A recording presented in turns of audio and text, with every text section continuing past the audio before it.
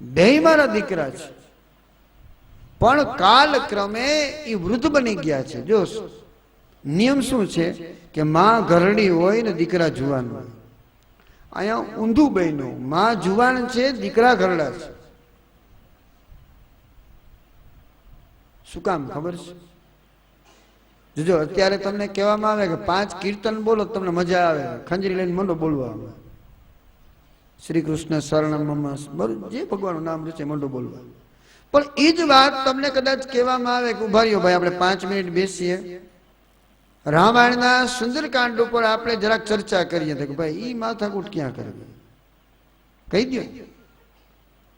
ગીતાના 13મા અધ્યાય વિશે આપણે જાણીએ તો કે ભાઈ ઈ બધી લપ રેવા દો ને, હવે એમાં શું મજા આવે? કારણ કે જ્ઞાન અને વૈરાગ્ય, અથવા જો કોઈ માણસ એવી વાત કરતો હોય જ્ઞાનની, વૈરાગ્યની, ઘણી વખત કોઈ માણસ એવી વાત કરતો હોય કે ભાઈ એક દિવસ મરી જવું છે, ભાઈ એવી વાત ક્યાં તમે ઉપાડી? આપણે સીધા એને બંધ કરી દેશું, એ બધી વાત બંધ કર. અરે ભાઈ સાચો છે, અંતિમ સત્ય જ મૃત્યુ છે. મરવું જીવનનું પરમ સત્ય છે. તમારે ને મારે એક દી આ લોક મૂકીને પરલોક જાવું એ હકીકત છે. આપણે શું બનશું, કેટલું કમાશું, શું ભોગવશું એ આપણને ખબર નથી. કદાચ એ બની શકે કે જાણીએ, પણ આ હકીકત છે કે એક દિવસ તમારે ને મારે આ લોક મૂકી અને પરલોક જવાનું છે. અને પ્રતિ ક્ષણ ભાગવતજીની કથા મૃત્યુનો વિચાર કરવા માટે છે. કેના માટે છે? પ્રતિ ક્ષણ ડગલે ને પગલે મોતનો વિચાર કરવો, ડગલે ને પગલે. કારણ કે ઈ તારીખ ભગવાને આપી નથી. જન્મની તારીખ આપી દીધી, પણ મૃત્યુની તારીખ તમને મને આપી નથી. નહીતર માણસ કંઈક કરી નાખતો. એને ફાઇનલ ખબર હોત ને કે 90 વર્ષની 25મી તારીખે તમારે જવાનું છે તો કંઈક ના માથા વાઢી નાખતા. આટલો જ એક ભગવાને એ બારી હાથમાં રાખી, તારીખ આપી નથી એટલે થોડોક બીજ તો એ દાદ દેતો નથી. આજનો માણસ તો એ બીજાને દાદ દેતો નથી. અને રોજ આપણે હજારોને જન્મતા જોઈએ છે, રોજ હજારોને મૃત્યુ પામતા જોઈએ છે, છતાં આપણે મોતનો વિચાર કોઈ દી કર્યો નથી. કર્યો છે?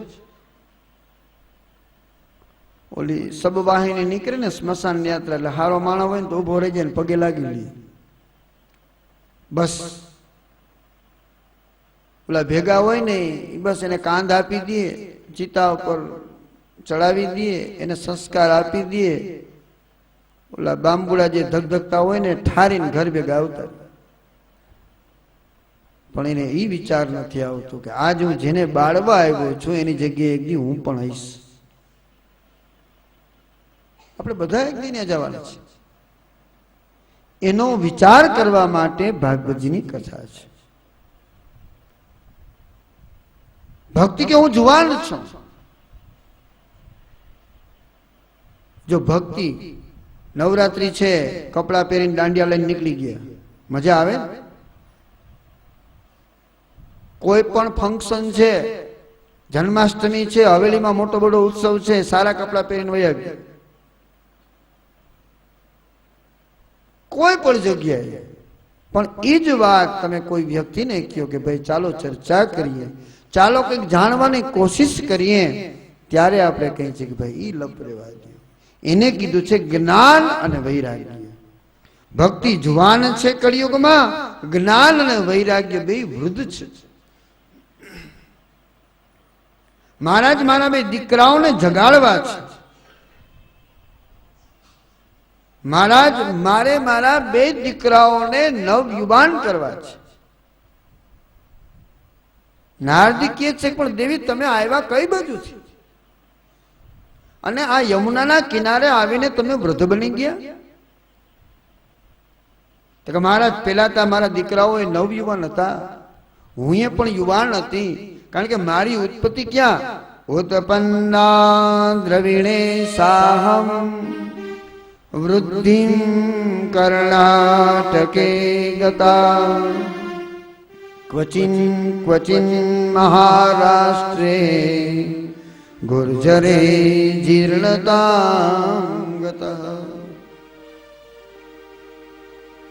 પેલા અધ્યાયના 39ના શ્લોકમાં એમ કહે છે કે ઉત્પન્ના દ્રવિણે સાહમ. અરે મહારાજ, મારી ઉત્પત્તિ ક્યાં તક? દ્રવિડ દેશમાં. એ દ્રવિડમાંથી ધીમે ધીમે ધીમે ધીમે હું કર્ણાટકમાં આવી, વિકાસ પામી. પછી એનાથી હું આગળ આવી મહારાષ્ટ્રમાં, ક્વચિન ક્વચિન મહારાષ્ટ્ર. મહારાજ, મારો ન્યા અમુક જગ્યાએ ભાવ પૂછાણો, પણ ગુર્જરે જીર્ણતામ ગત. અહીંયા ભક્તિએ ગુજરાત ઉપર આરોપ મૂક્યો છે કે ગુજરાતમાં આવી અને મારું પતન થઈ ગયું. કેમાં? ગુર્જરે, ગુજરાત. સૌરાષ્ટ્ર બાકાત છે એમાંથી. ગુજરાતના અત્યારે ગુજરાતના 3 વિભાગ છે. આ પેલા 3 વિભાગ હતા, કચ્છ, ગુજરાત અને સૌરાષ્ટ્ર. જોજો, આપણે દેખાડો બહુ છે ને, ખૂબ દેખાડો છે. કઈ પણ ઉત્સવ હોય ને એટલે ભપકો કરી નાખે, ફર્સ્ટ ક્લાસ. સિરીજુ ગોઠવી નાખીએ, દીવડા લઈ આવીએ, પેટાવી દઈએ, પણ અંતરથી કાંઈ નથી. ખાવું, પીવું, પહેરવું, ઓઢવું, હરવું, ફરવું, આ તમામ વસ્તુ આપણામાં ખૂબ છે. બીજા પ્રાંતમાં આટલી બધી નથી. હવે જે માણસ ખાવામાંથી ઊંચો ના આવે, જે માણસ પીવામાંથી ઊંચો ના આવે, જે માણસ પહેરવાને ઓઢવામાંથી ઊંચો ના આવે, એ ભક્તિ કરે કેમ? સાત્વિક આહારની વાત કરી છે. સાદું જમવું, સાદું સાત્વિક આહાર કરવો, એની જ બુદ્ધિ ભક્તિમાં જાય. હવે આ તો ભયંકર તામસી ખોરાક આપણા બધાના. રોજ ભેળપુરી, દાબેલી, કટકા, આ બધું જોતું હોય. હવે વિચાર કરો, એ માળા ફરે કેમ? હજી ચટણી નાખી કે તીખી? રેકડી વાળા ડોરા કાઢીને કહેતો આમાંથી ચટણી નાખી, હજી ના ખામાય કે તીખું કરે. તમે જ વિચાર કરો છો કે આવું બધું ખાવા વાળા એ ભગવાનની ભક્તિ કેમ કરે? તામસી, ભયંકર તામસી ખોરાક. વિચારતા કરો, તળેલું, તમતમતું, તીખું, આવું ખાવા વાળા. એકદમ આધુનિકમાં જીવન જીવવા વાળા એ ભક્તિમાં કેમ જીવન જાય? ઓલા 50 ગ્રામનો હોનાનો ચેન પહેર્યો તો હું 100 ગ્રામનો ચેન લઉં તઈ જ હાચું. એટલે કહેવાનો મતલબ આપણે આવું. એટલે આ ભક્તિ એમ કે છે, હું નથી કહેતો. ગુજરાતમાં આવીને મારું પતન થઈ ગયું. એક આજનો દિવસ થોડુંક મોડું થશે. રોજ આપણે ટાઈમ ટુ ટાઈમ હાલશું, 3 થી 6 જ હાલશું અને 9 થી 12 જ હાલશું. પણ આજનો દી થોડુંક મોડું થાય તો માફ કરજો, મારે મહાત્મ્ય પૂરું કરવું છે. આજ થોડુંક મોડું થશે, વધારે નહીં. તો ઉત્પન્ના દ્રવિડે સાહમ. મહારાજ, ગુજરાતમાં આવીને મારું પતન થઈ ગયું, પણ થોડીક આગળ ગઈ, મધુવનમાં યમુના કિનારે આવી એટલે ફરી હું યુવાન બની ગઈ. મહારાજ, મારા 2 દીકરાઓ જાગે એવો કંઈક ઉપાય કરો. નારદજીલા સૌનકાદી ઋષિમુનિ કહે છે કે મેં એના પાછળ ઘણું બધું કર્યું. એ જ્ઞાન વૈરાગ્યને જગાડવા માટે મેં ખૂબ મહેનત કરી. અરે વેદનું પારાયણ કર્યું, ગીતાના પાઠ કર્યા. વેદ વેદાંત ઘોષેશ્ચ ગીતા પાઠેર મુહુર્મુહુ. મહારાજ, મેં ઘણું બધું કર્યું, છતાં મને ઈ જાયગા નહીં મારા કીધે. ભક્તિને વચન આપ્યું કે તારા દીકરાઓને જગાડી, પણ જાયગા નહીં. અરે મહારાજ, મેં કેટલાઓનો સંપર્ક કર્યો, સારા સારા બ્રાહ્મણોનો, ઋષિમુનિઓનો, કે આને તમે જગાડવા માટે મહેનત કરો, આના માટે શું ઉપાય કરો, પણ કોઈ મને એનો જવાબ નથી આપતો. કોઈએ મને એનો જવાબ નથી આપ્યો. મહારાજ, એટલે હું ચિંતામાં છું. જો અમારામાંથી કીધું, નારજી કહે છે કે મેં બધા બ્રાહ્મણોને પૂછ્યું, વિપ્રાર ભાગવતી વાર્તા. અમારો નાશ કેમાં થયો ખબર? લોભમાં. બધા માટે કીધું છે. કણ લોભે ન કથા સારસ્તતો ગતઃ. લોભમાં કે તમને મજા આવે ને એવું હું કંઈ કહું એટલે મને અહીંથી બીજી કથા મળી જાય. તમને મજા આવે હું કંઈક કરું પણ સાચું નથી કેવું, એ લોભની અંદર અમે કથાને સસ્તી કરી નાખી છે. જો સંગીત બહુ સારી વસ્તુ છે, સંગીત બહુ પ્રિય છે. તમારા ઘરના છોકરાઓ છે, સારું મજાનું ગાય છે, ભજન ગાય છે. સંગીત પણ ભગવાનને પામવાનું સાધન છે. ગોરધનભાઈને જ્યારે આવ્યા એટલે બે વાત, મને બહુ કઈ સંગીત ખબર પડતી નથી, કઈ આવડતું નથી ગાતા કરતા. એ ભાઈ ગાઈ લે છે, મને તો કેતા આવડે છે ખાલી. બીજું કે ભાગવતની અંદર કથયતી શબ્દ છે. શું છે? કથયતી, કહેવાનું છે, ગાવાનું નથી. અહીંયા વાત કહેવાની છે, ગાવાની નથી. સંસ્કૃતમાં કથયતી શબ્દનો અર્થ થાય કેવું, ગાયનથી શબ્દ નથી કે ગાવું, એવો શબ્દ નથી. આપણે કોઈનો વિરોધ નથી કરતા, પણ જો ગાય વધારે વધારે પૂરતું અમે ગાય તો આમાંય કથા પૂરી નથી થતી. હજી પેલો અધ્યાય હું તમને કહું છું, વિચાર કરો. મહાત્મ્યના 6 અધ્યાયની મારે વાત કરવી છે, પછી અમારે અમુક વસ્તુ ચૂકવવી પડે. એટલે કહેવાનો મતલબ કે એને બને એવો ન્યાય આપો, તમને મજા આવે કે ના. કથાને ન્યાય આપો, ભગવાનને રાજી કરવા, એના માટે મારે કોઈ જાતનો લોભ ન કરવો. એ લોભને ત્યજી અને ભાગવતજીને ન્યાય આપો.